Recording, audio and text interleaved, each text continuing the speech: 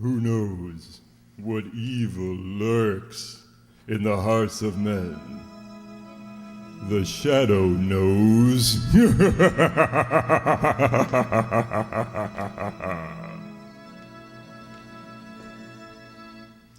The Shadow, who aids the forces of law and order, is in reality Lamont Cranston, wealthy young man about town. Several years ago, while in the Orient, Cranston learned a strange and mysterious secret: the hypnotic power to cloud men's minds so they cannot see him. Cranston's friend Margot Lane is the only person who knows to whom the voice of the invisible shadow belongs. Today's drama, The Vision of Death, is a strange tale of death in a house of death. It'll begin in just a moment, but first, before the Shadow's thrilling adventure begins, here's a money-saving suggestion for every homeowner. When you need to heat your home this winter, be sure and insist on blue coal. Unlike many other anthracites, blue coal is the medium, free-burning hard coal. Its square fracture permits more draft, causes it to burn steadily down to a fine powdery ash, and gives you more useful heat with less chimney and ash pit loss. So order your supply tomorrow. Insist on blue coal for better heating results at less cost this winter. And now, today's story, The Vision of Death.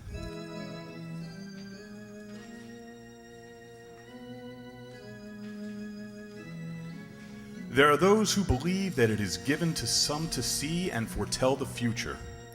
But the gift of prophecy can be a two-edged sword, deadly for the one who possesses it, and for those who believe his predictions. Such was the case at Randolph Hall, where the heirs to the Randolph fortune awaited the will of the dead and the dying. As our drama begins, Susan Randolph, youngest of the heirs, is summoning Luther Webb, the caretaker. Luther? Luther? Yes, Miss Susan? Please cut some flowers for Grandmother's room. You should not leave her alone, Miss Susan. She's not alone, Luther. Uncle Edward is with her.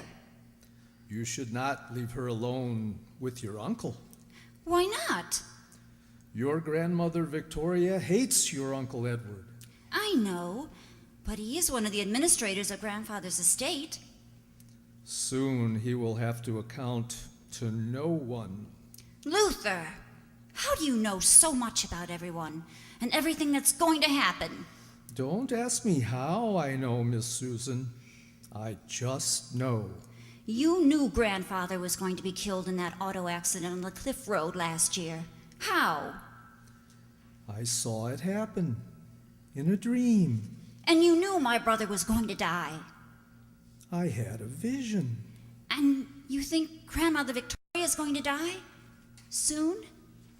Very soon. But she isn't really ill or terribly old. Her heart is weak, but I'm taking good care of her, that she doesn't get excited, doesn't overexert herself.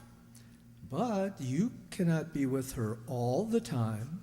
Well, we'll get some flowers and let me get back to her. Last night, all the roses in the hothouse died. Well, get something else. Anything. She loves flowers. There is nothing in bloom. Nothing will bloom in this place, so filled with hate. Stop talking nonsense. Luther, if there are no flowers, it's your fault. Now drive down to the village and buy some. Your uncle won't let me. Oh, I'll give you the money. Save your money, Miss Susan. You will get nothing from the estate. That isn't why I'm here. Why I'm looking after my grandmother. I know. You are the only one. So be careful, Miss Susan, and warn your friends to be careful. What friends? A storm is coming. Don't change the subject, Luther. What friend should I warn? The man called Cranston that you have asked to come here. Luther! Now don't tell me you know that from a dream or a vision. You've been listening on the gatehouse extension again. Yes. I was going to phone the vet about your grandmother's dog, and I could not help hearing you beg this man Cranston to come quickly. What's the matter with Grandmother's dog? Don't tell her. But this morning it died. How? Why? Someone poisoned it. Poisoned? The storm is coming closer. It will be a bad night on the mountain. Never mind the storm. Who poisoned Grandmother's dog? I don't know. It may have been an accident. Your uncle ordered me to put rat poison in the stables. But you know better than to put it where Shep could get it. Yes, Miss Susan. But some of the poison is missing. And it did not take all of it to kill the dog. Well, thanks for the warning, Luther. I'll make sure Lamont Cranston and Miss Lane don't get any of it. A woman is coming with Mr. Cranston? Yes, why? Then she must be the strange woman I saw in my dream. What about her? What's supposed to happen to her? There was an accident in a car on the road. What happened? I don't know. I was awakened suddenly by something. A cry in the night, I think. I'm not sure. I must go now if I'm to get the flowers from the village before the storm breaks. Wait, Luther! Wait!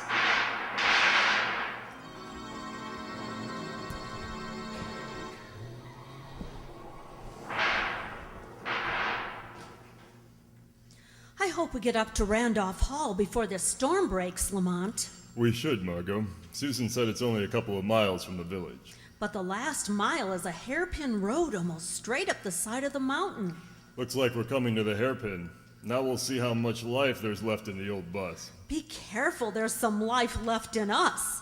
This road is pretty narrow. Hardly room to pass another car if we should meet one coming down. Don't let Susan Randolph's story of premonitions get you looking into the mirror of the future, Margot. Forewarned is forearmed, Lamont. Not always. Don't tell me you've become a fatalist and believe what is to be will be. About some things, yes. Oh, it's starting to rain.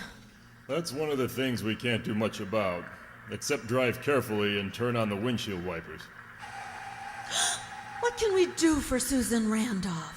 Relieve her mind that there was nothing sinister or unnatural about her grandfather's death, I hope. What makes her think his dream wasn't an accident? On this very road. Something about an old caretaker who seems to have the gift of prophecy and foresaw the crash before it happened. What actually caused the car to plunge off the cliff road? It fell 200 feet. There wasn't enough left to determine the cause. Was old Mr. Randolph alone? Yes, Luther, the visionary caretaker, refused to go with him to the village after his dream. Sometimes I can make myself dream of things I want to happen, Lamont. Yes, Margot, and I want to ask Luther about that. This really is a narrow, crooked road. Relax, Margot. On this leg of the climb, we're on the inside of the road. Lamont, something is coming down fast. Good grief, yes! It's a truck. Hold on, Margot. I'm gonna climb the inside bank. Oh, Lamont, you missed your calling. That truck missed us, except for a coat of paint. The truck is stopped. The driver's getting out. Yes, stay in the car, Margot.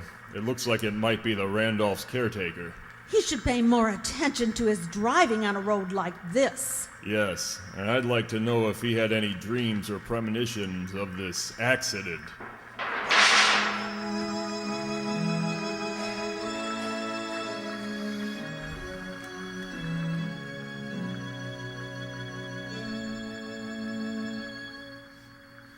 En route to investigate one mysterious death, Lamont Cranston and Margot Lane narrowly missed the same fate on the same mountain road leading to the mansion of the Randolphs.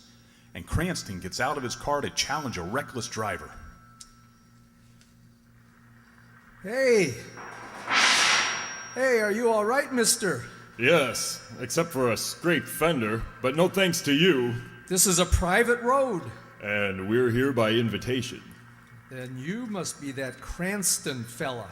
And you must be Luther Webb, caretaker of Randolph Hall. I be. Why the big hurry down this steep, twisting road? Gotta get flowers for Miss Susan's grandma before the storm gets worse. Flowers? Is Victoria Randolph dead? Not yet, but it won't be long now. Another of your visions? Don't you make fun of me, mister. I had a dream about you and your lady friend, Miss Lane, too. And what happened in that dream? I didn't get to the end of it. Something woke me up. Something didn't let me finish it. Well, I suggest you do your dreaming when you're not driving a car, because if we had been on the other leg of this hairpin road, we'd have been on the outside, and your truck would have knocked us over the embankment. Are you saying I done it deliberate, mister? Isn't that the way Victoria Randolph's husband died? 'Twas not. His brakes didn't hold. He couldn't make the hairpin turn, and he crashed over the cliff. I understand the police couldn't tell from the wreck what caused the crash. They couldn't. Then how do you know the brakes failed? I saw it happen in my dream. Before or after it happened? Before. And I warned him, but he laughed at me. Just like you're laughing at me now. Like everybody laughs at me. But I ain't got time to argue with you. You wait and see. You just wait and see.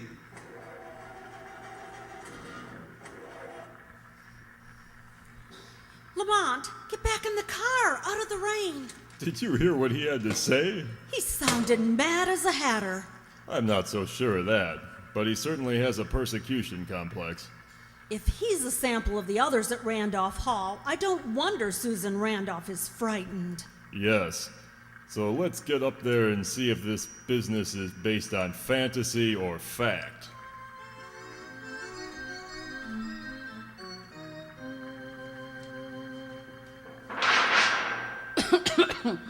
Susan! Susan, come here! I'm right here, Grandmother. Don't leave me. Don't leave this room. Oh, I won't.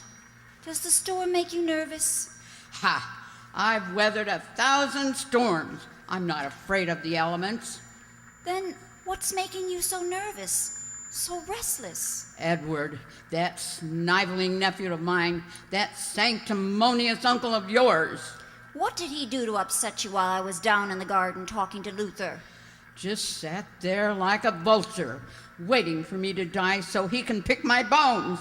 And that Luther, there's another one that can't wait till I'm dead. Well, why should Luther want you to die? He isn't one of the family.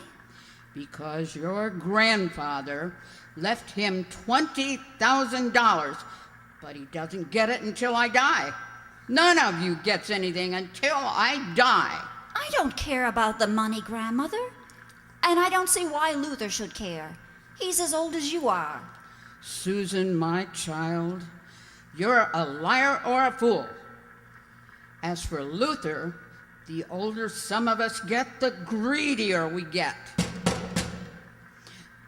Susan, if that's Edward, don't leave me alone with him.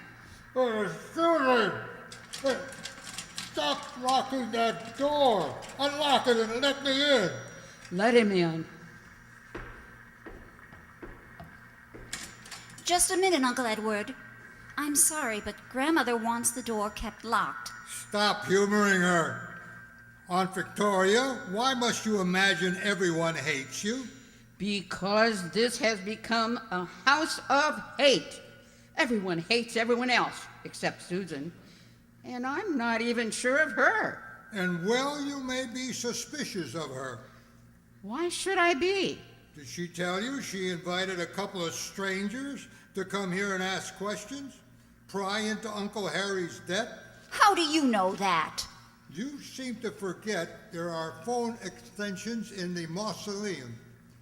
Besides, your friend Cranston and Miss Lane are down in the library, waiting to start asking questions. Susan, have you dared ask anyone to this house to question me? No, Grandmother. Only to... To examine me? Have me declared senile? Incompetent? Insane? No, only because I'm afraid of... Afraid I won't die soon enough. That isn't true. Get out.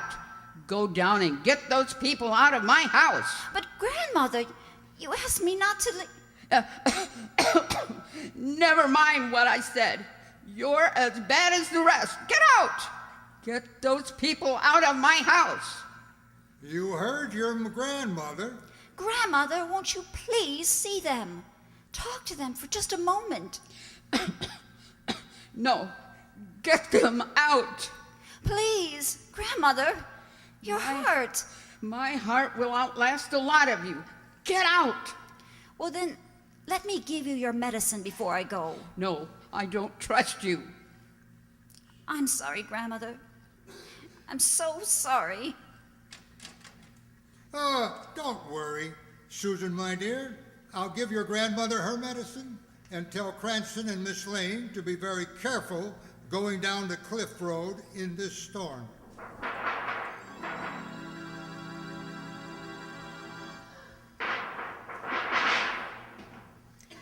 What do you make of Uncle Edward, Lamont? He reminds me of something that might have crawled out from under a wet rock, Margot. Ugh, I agree.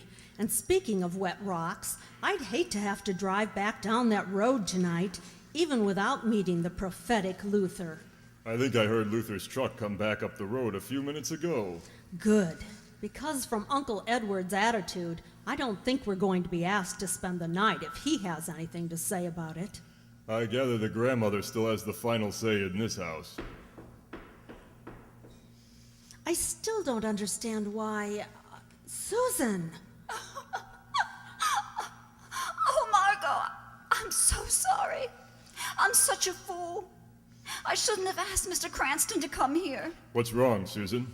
Well, Grandmother thinks you've come to question her. Have her declared incompetent, insane. Who put that idea in her head? Oh, Uncle Edward came up, and he said that you would come to ask questions. That I had asked you to come. She got so excited, she forgot that she just begged me not to leave her alone with Uncle Edward. It told me to get out. To tell me to get you out of her house. Well, if we go, you're coming with us, Susan. You look utterly exhausted. I haven't really slept for days. I've been with Grandmother all the time because I love her. But now she doesn't trust me. She thinks I want her to die, like Edward and Luther. What's Luther's stake in your grandmother's death? Oh, he gets $20,000 that Grandfather willed him when Grandmother dies. No wonder he has dreams and visions. Have you met Luther? We met him on the cliff road, almost head on. He knew you were coming. Did you tell him? No. Oh, he heard me talking to you on the gatehouse extension, and Uncle Edward must have been listening on the library phone. Just a couple of eavesdroppers. I'm sorry I made you take this trip for nothing. I'm sorry I can't ask you to stay. I'm sorry, Miss Randolph, but I seem to have misplaced my book of etiquette. And what with that dangerous cliff road, I think we'll risk your grandmother's wrath and stay until the storm passes. Oh, if you only would. I think I hear Uncle Edward. Oh, Aunt Victoria, come back. Don't try to go down those stairs. Wait, come back. Oh, Grandmother!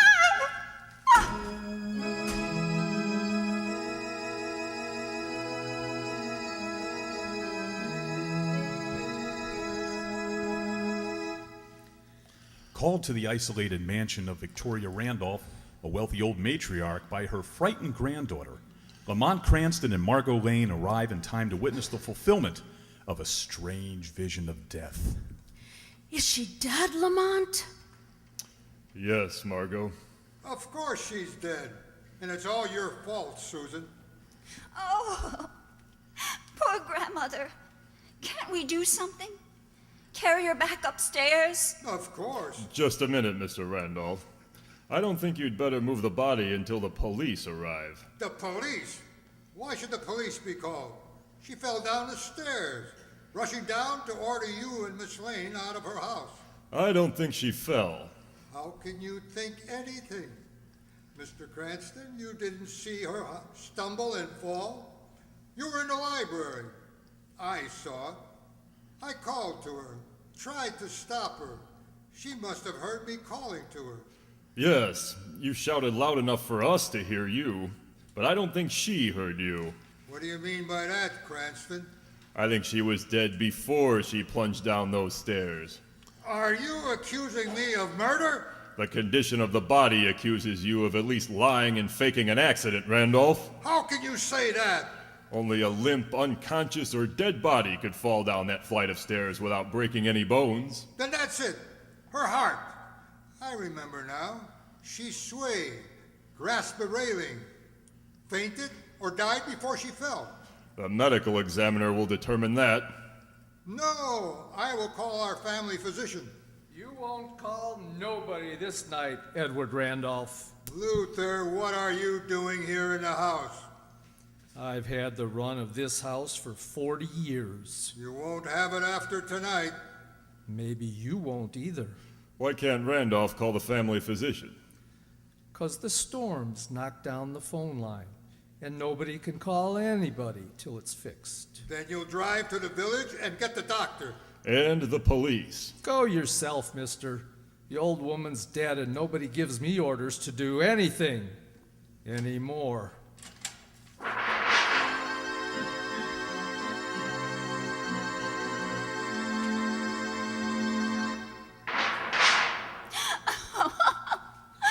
Oh, poor grandmother. It's your fault, Susan.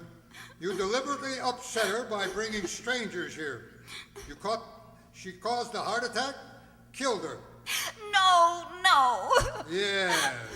So get out of this house. I am master here now. Get out and take Cranston and Miss Lane with you. That's a good idea, Randolph. Come on, Margot. Get a coat and pack an overnight bag, Susan. All right. But must we leave grandmother lying there like that? Yes. Hurry. All right. I'll get my things. I'll go with you. Make sure you don't steal Aunt Victoria's jewelry. Edward really must have crawled out from under a wet rock. Better go up with her, Margot. I don't trust him. I'll go bring the car up to the front entrance. Better make sure it hasn't been tampered with. I'd hate to go down that cliff road without any brakes. I'll check it carefully, but I want you to go down in low gear and be very careful. Aren't you going with us? No, Edward is much too anxious to get rid of us. I think he has some unfinished business, and I want to be around when he settles it. What kind of unfinished business? From the way Edward and Luther snapped at each other, there's no love lost between them, and the old lady's death should bring it to a head, tonight. Is the shadow going to take a hand? Yes, I think Luther, with his dreams and visions, will be in a receptive frame of mind to talk to the shadow. If you can find him. He seems to live in the gatehouse at the top of the cliff road. You can slow down and drop me off there. All right, Lamont. I better go up and see that nothing happens to Susan. Good. I'll get the car. Then you notify the police while the shadow puts Luther's visions to the test.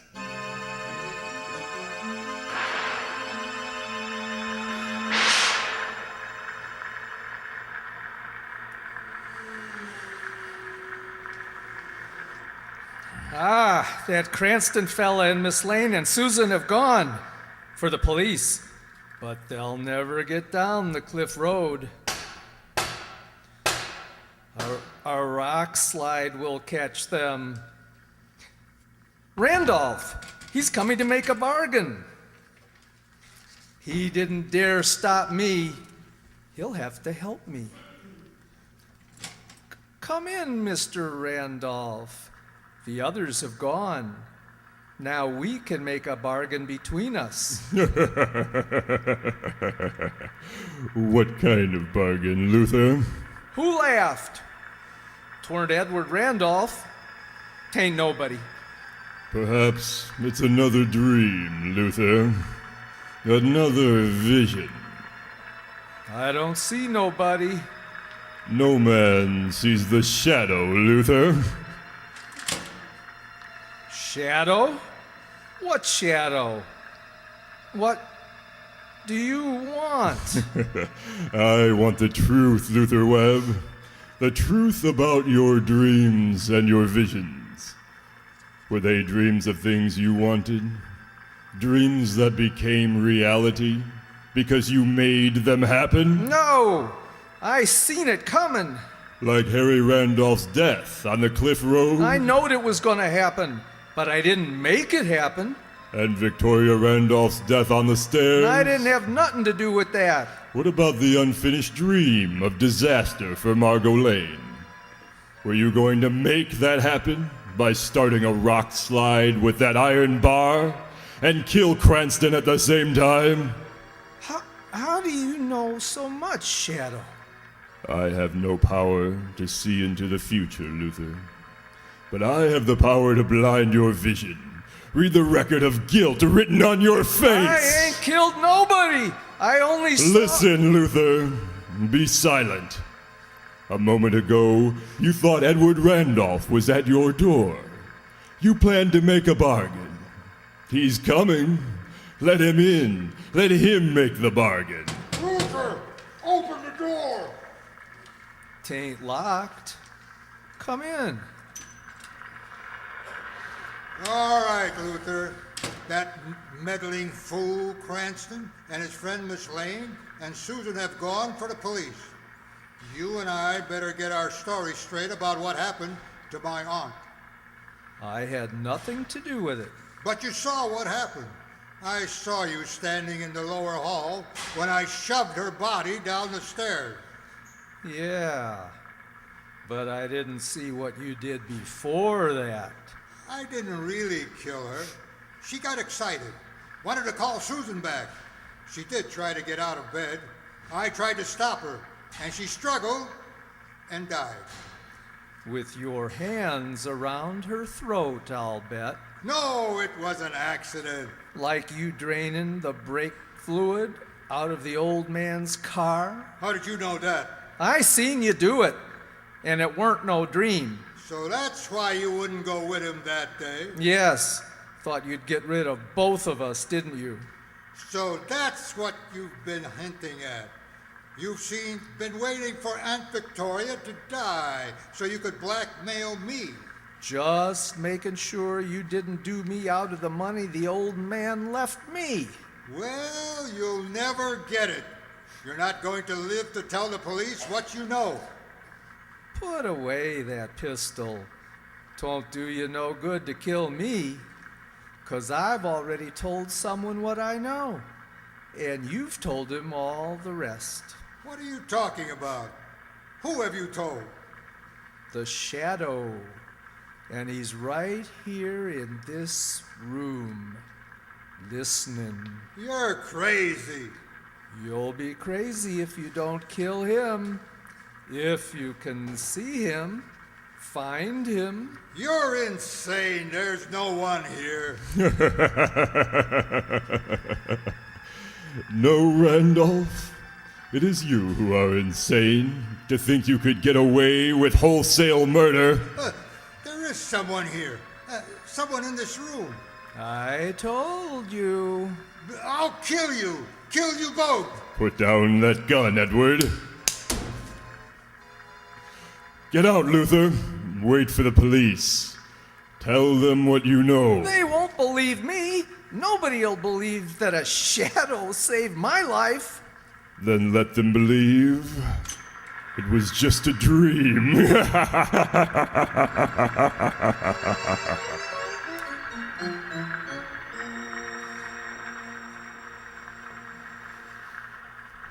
We will return to the conclusion of The Shadow in just a moment. But first, here's a question for every homeowner.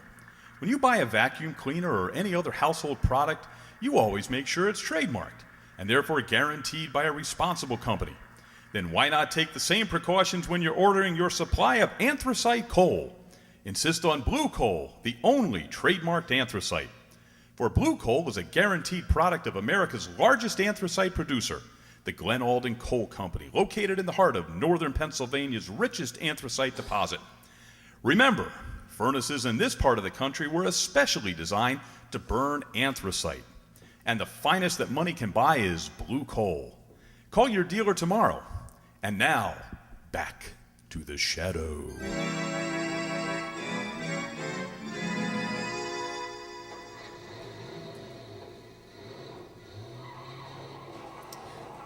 Look, Lamont, the storm has passed and the moon is breaking through the clouds. And the human storm has passed for the Randolphs. What really happened up there in the gatehouse, Lamont? Didn't Luther tell the troopers about his mysterious visitor? Not a word. He turned state's evidence and confessed to seeing Edward Randolph tamper with his uncle's car and to seeing him throw Victoria's body down the stairs, but he didn't say a word about the shadow. I counted on that. He was afraid they would think he was insane. What made you suspect that Victoria was dead before she tumbled down those stairs, Lamont? Because we heard Edward call out, much louder than necessary, so we'd be sure to hear it. But we didn't hear Victoria cry out, as she would have if she'd fallen while rushing down the stairs, as Edward claimed. Yes, that's right. We didn't hear her at all. And I'm so glad that Susan learned from Edward's confession that her grandmother was trying to call her back before she died.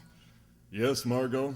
Her grandmother's love and trust meant much more to Susan Randolph than all the money she will now inherit.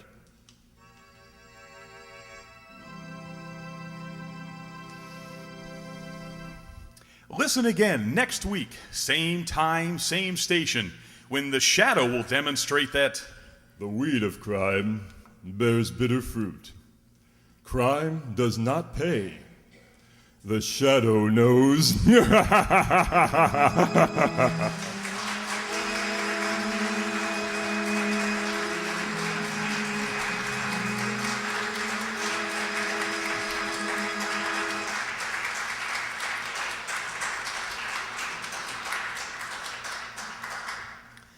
Well, stay tuned for our next show, that inimitable duo from Pine Ridge, Arkansas. And don't call them hillbillies, they're hill people, Lum and Abner, as they deal with yet another situation that wasn't their fault. But first, as we say in Radio Land, let's meet the cast of today's shadow play. The lovely and beautiful Margot Lane was played by the beautiful Judy Marsh.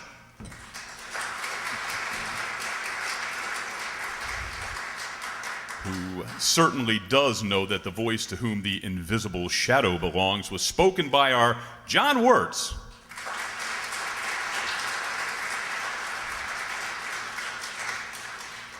The youngest heir to the Randolph fortune, Susan Randolph, was played by Donna Amesmeyer.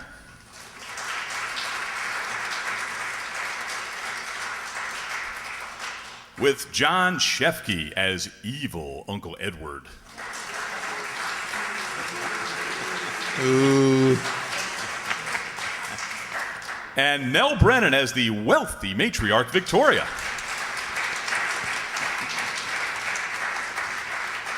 Luther Webb, the slightly loony gardener, was played very effectively by Jay Summerfield.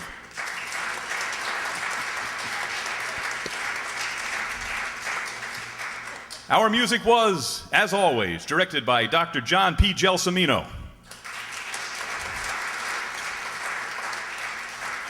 And sound effects were brilliantly brought to you by Bill Escobedo and Sue Gadzinski.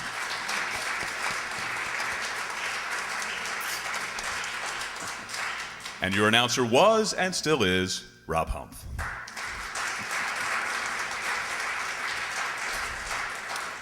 Now, please wait just a moment as we get ready for our second show tonight about a pair of hill people who wonder what to do with a baby that's left in their care. One moment, please.